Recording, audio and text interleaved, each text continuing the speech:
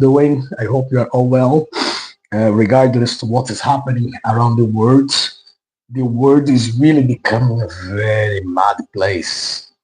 You know, and it's not something what have just started now. The world is always being very strange. There's a lot of challenge every single day. You never know what's going to be happening on the following day. One of the things I keep telling myself, we need to be happy when we leave home, and we have to be even happier when we come back home, because you never know if you're going to come back home alive. You never know if you're going to come back home in one piece, like the way you left home. you know but this is nothing what just started now. Thing is, our generation is seeing this. um, I don't even know how to call it, to be honest with you. I don't really know what name to give to all of these facts or happenings. Every country, they have their own problems to sort out. But there are a few things which is shocking the world. For example, yesterday I heard in a place, in a city here in the UK, a 15 years old boy died, stabbed. I think it was at school. I didn't check the news properly, but everybody's talking about the same thing. And the knife crime is keep raising every single day in the United Kingdom. People tend to think these things happens only in a big cities like in London or Manchester, Liverpool, Birmingham. No, in small places they also have these bad episodes happening. That was back in that was on Boxing Day on 2023. A boy just got killed 7:20 a.m. on the Boxing Day, just near my house. Well, when I say near my house, it was maybe 400 or 500 yards away from where I live. But the place where I live like, is a very small town, it's Lancaster. There is maybe 7 or 8 thousand people living around here. Okay, so it's not something what we related only to big cities. I travel a lot to London. Before I used to travel even more, but let's say nowadays I go to London once every 2 months, every 3 months. I travel to London, and people keep saying or keep asking me, it's not easier to go on the train. It's more comfortable. It's only a couple of hours on the train, and then once you get there, you just get the underground, and you are on the place where you want to be. And I said, well, that would be much easier. Indeed, but it's much safer to go on a car because I don't have to go into the buses. I don't have to go underground. Every single day you hear someone just inside the bus. They get arrested because they are carrying knives, or people on the bus stop being stabbed by a stranger who just appeared from nowhere. Um, on the tubes, everywhere is dangerous in these days. So I know it's a long driving. Sometimes it's about up to 4.5 hours to drive from where I am going to London, but I'm much more safe in my car. I get in the car, I set where I want to go, and I lock the car, fair enough, lock the window, and I start driving. Falei, meu amigo, beleza? Muita loucura mesmo. Rapaz, tá difícil, irmão, tá difícil. Tá muito complicado hoje esse mundo aqui. It's very complicated the way things are. And now I just saw a news. I need to double check it because I haven't checked it properly. But I think there's a mass shooting in Sweden. I don't know what actually happened in there, but apparently there are 10 people been shot dead so far. I need to double check it and I'll come back another video to you guys. But concentrate only in the UK. I've seen sometimes when I go out in New York, or even in Leeds, just walking down on the street, and I look on the side and I can see these teenagers, like 18, 19 years old, or even younger than that, carrying massive rumble knives, and I'm just looking at it saying, what are you guys doing? What are you doing that for your life? And you cannot say even a word to them, because if you even look at them, they're going to turn around and they're going to come to you and they're going to start having problems with you. it's very, very hard to avoid this kind of troubles. So, as I say, most of the times I go. Was that? No, Angelita, no, sorry, we're not interested in you. Luigi Nunes, I'm not interested in your message either, Luigi. No, if you guys have nothing else to say, you can just go and watch another live. We don't need your, I don't need your comments in here. Anyway, so as I say, I keep trying to tell people, look, be very, very careful wherever you are going. Don't avert your eyes from the public. Or when you look on the street, it's not like you have to be paranoid with something, but keep your eyes opened to see what's happening around you. Okay, you never know what's going to be the next move someone's going to make towards you. So all the time, as I say, like I have to raise the mileage on my car for the insurance, because normal I put like 10,000 miles a year, and last year I put like 18,000 miles. Okay. um, Luigi. Yeah, Luigi, it's because of people like you, Luigi. The world is the way it is. You just keep talking about something serious, what is happening around, and where it's still okay to make jokes. It's fine by me, I don't mind. Okay, but what can I say? What can I say? So yeah, be very careful, guys. Go all the time on the car. Make sure you are safe on your car when you're going to be traveling around somewhere. Avoid buses, avoid trains. If you have the chance to go on a car, it's much safer. Mainly if you are in big places like London.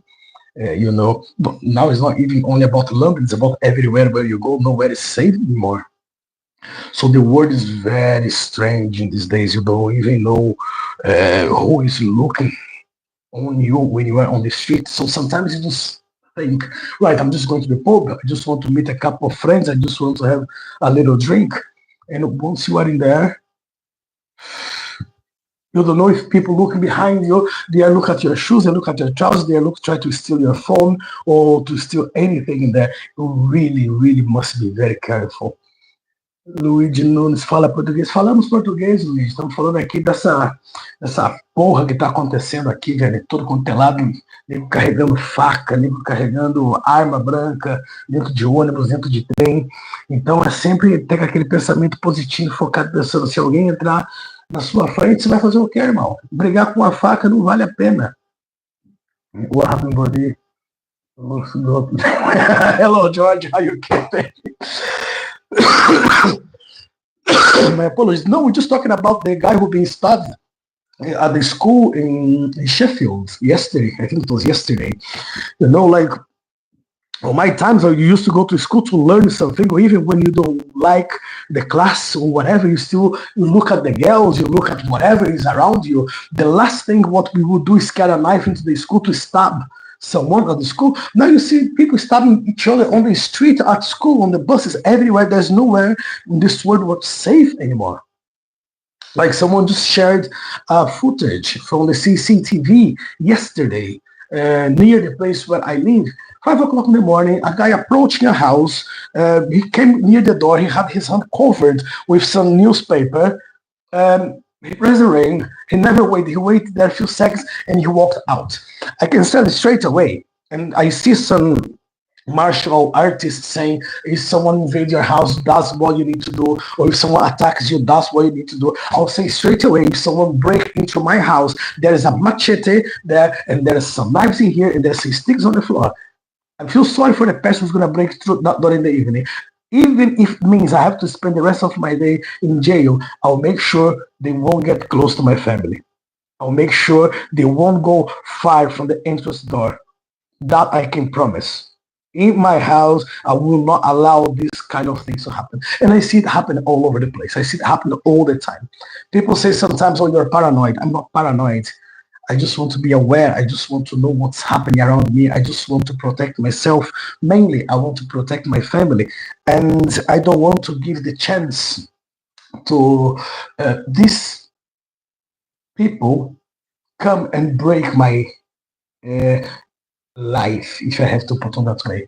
But as I say, all the time I'm traveling around, in my car, I'm carrying my walking stick, my cane. So because of back on the days when I was a child, well, I say a child, I was about 14, 15 years old. One of my martial artist teachers, he dislocated my knee. He stepped on my knee and dislocated. For that reason, I had to start using a cane in a very young age. So I decided if I have to wear a walking stick, at least I want to know how to use a walking stick. If I am on a situation, I need to use the blood thing. That's why I started practicing Screamer. And the people come to me and ask, right, because you know what's happening around the world, because you know what's happening around you, would you take some people and would you teach them self-defense against weapons, against knives, against machetes? They say, no, absolutely not. I'm not going to teach no one how to protect themselves against knives or against any blades. Because the only protection you have is run. Run for your life. Run and shout for help. That's the best thing what you can do. Don't go against a person holding a blade. And I say that because I'm telling you, I know how to use a blade. I practice how to use a blade. So don't use any defense, run. The only time you're going to go against a blade is really if you need to protect your family, someone by your side who can't run as fast as you can or who can't move, and you're not going to let no one harm that person, that family of yours. Then is the only reason I would go against it. But I know for the fact if I'm going against it, the first thing what's going to happen, I'm going to get cut. And I have conscience about that. That's why I'm not going for it. Okay? So if I have to go for it, straight away that hand is gone. That iron is gone, is destroyed because that's the only shield I have against that person. I'll just make sure if I have to go, I'll take them with me.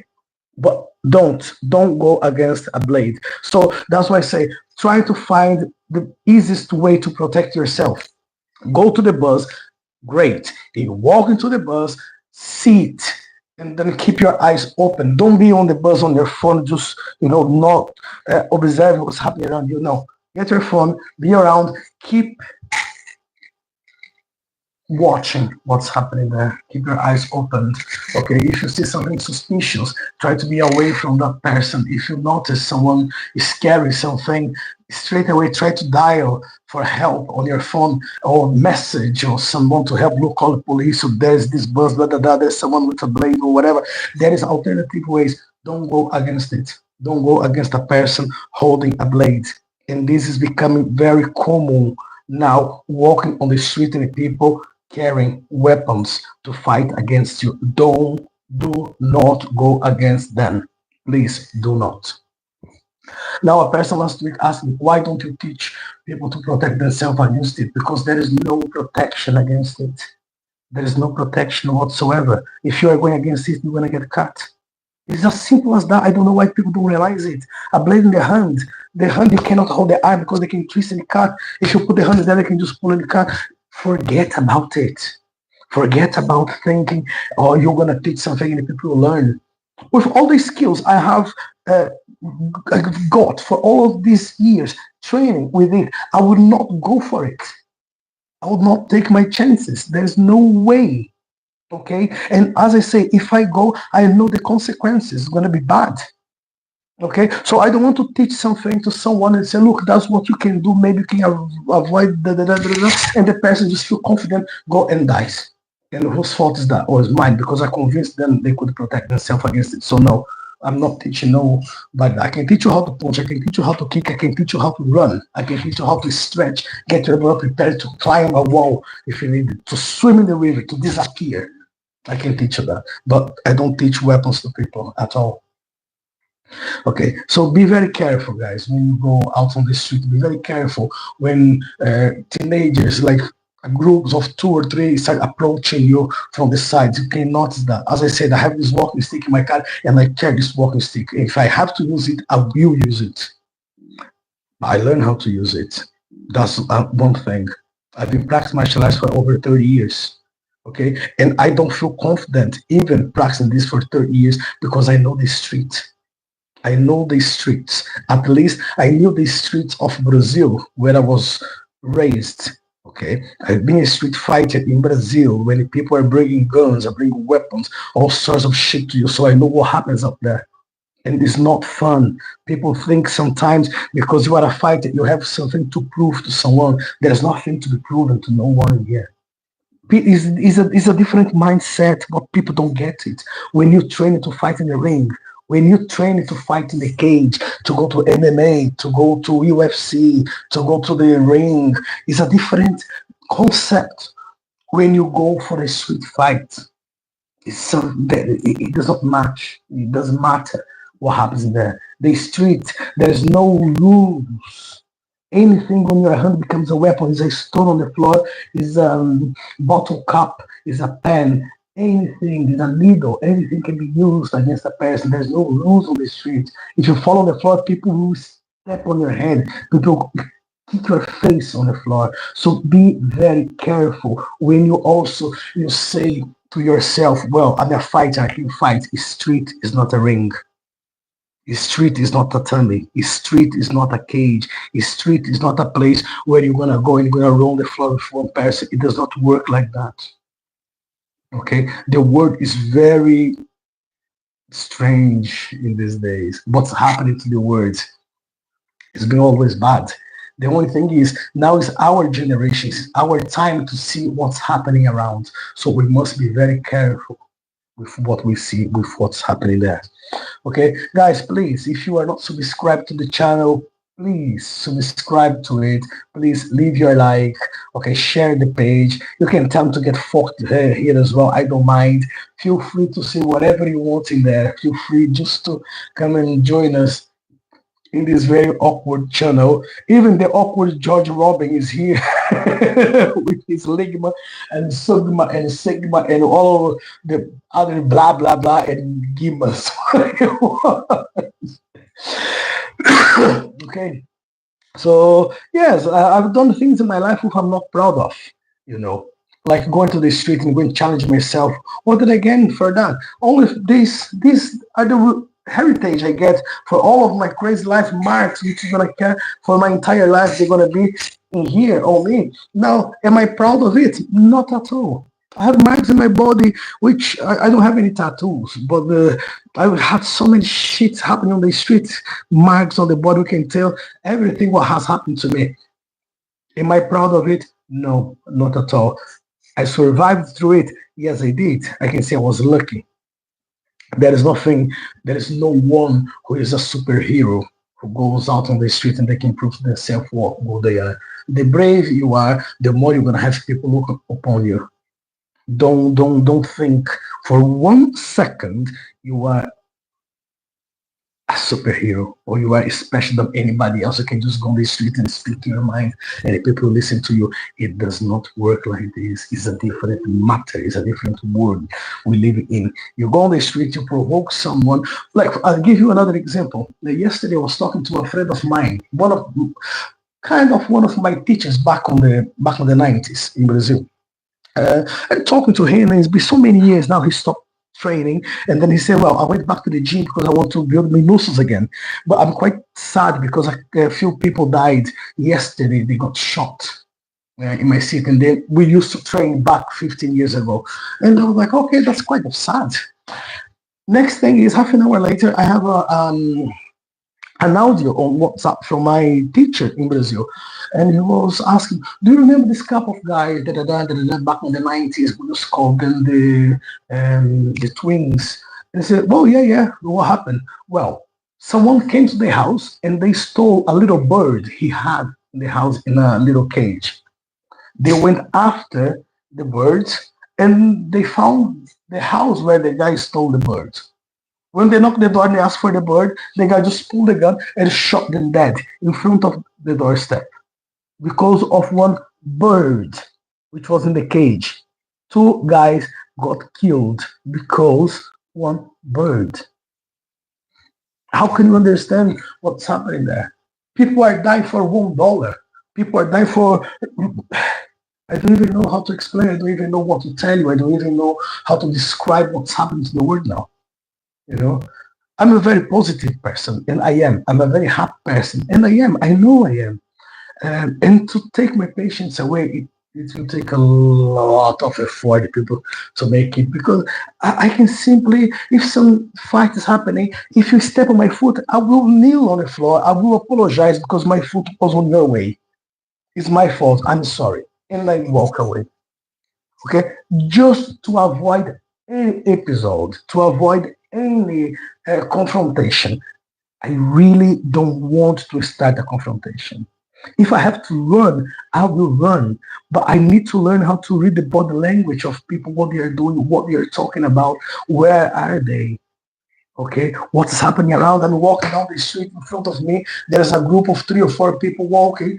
If they come on this side, I just cross the road and I start walking on the other side of the road.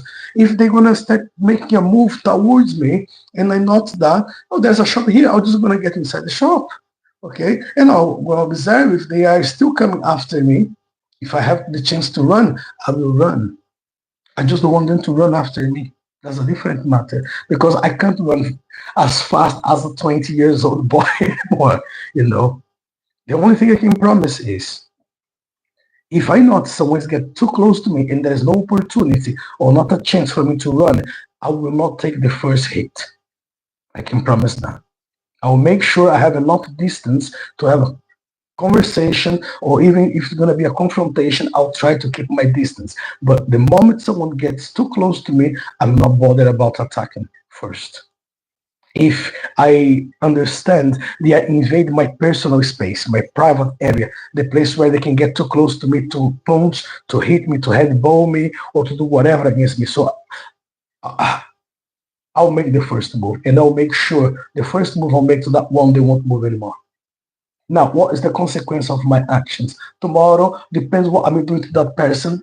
That person may end up in the hospital, and I'm fucked because I'm gonna have to work hard to pay extra for the whatever the treatment the guy needs. Now, let's see on the other hand, they beat me up, they send me to the hospital. Who's gonna pay for my rent? Who's gonna feed my family? Who's gonna look after me belongings? Okay. And that's another consequence. But I rather stay alive and making sure they will not come after me anymore. So I won't hesitate. Now, whatever you do, you need to measure what is going to be the consequence of your actions. So that's what I say. If you can run, run. If you can be safe in your car instead of going to the buses or anything else, go. But make sure you try to be safe all the time. I know it's impossible to be all the time, but try your best to start observing what's happening around you to not fall in the trap. Okay, guys. Now let me go to Luigi, who wants to hear some Portuguese. Okay, catch you guys later.